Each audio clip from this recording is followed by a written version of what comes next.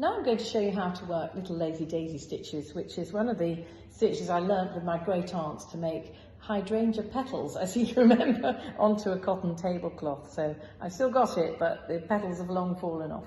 Okay, so I'm coming up through anywhere and going down in the same hole as I've come up through, keeping the needle straight as usual, and just hold the loop away from you and come up about anything from 1/4 of an inch or larger away from where you've come up and down for the first stitch, and come up through that area, through the loop, and just use your needle to place the teardrop shape of the loop into place and then couch that down.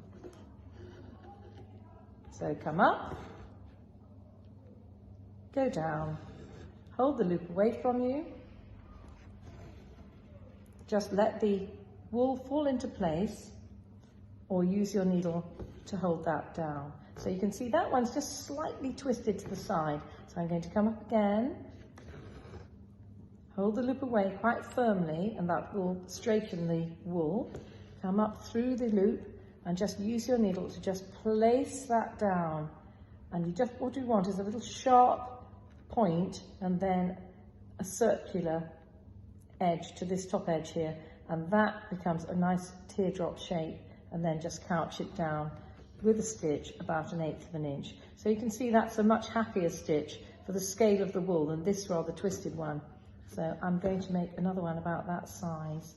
Up and down in the same hole, take the loop away from you, come up, take the needle into the loop of wool and hold that down.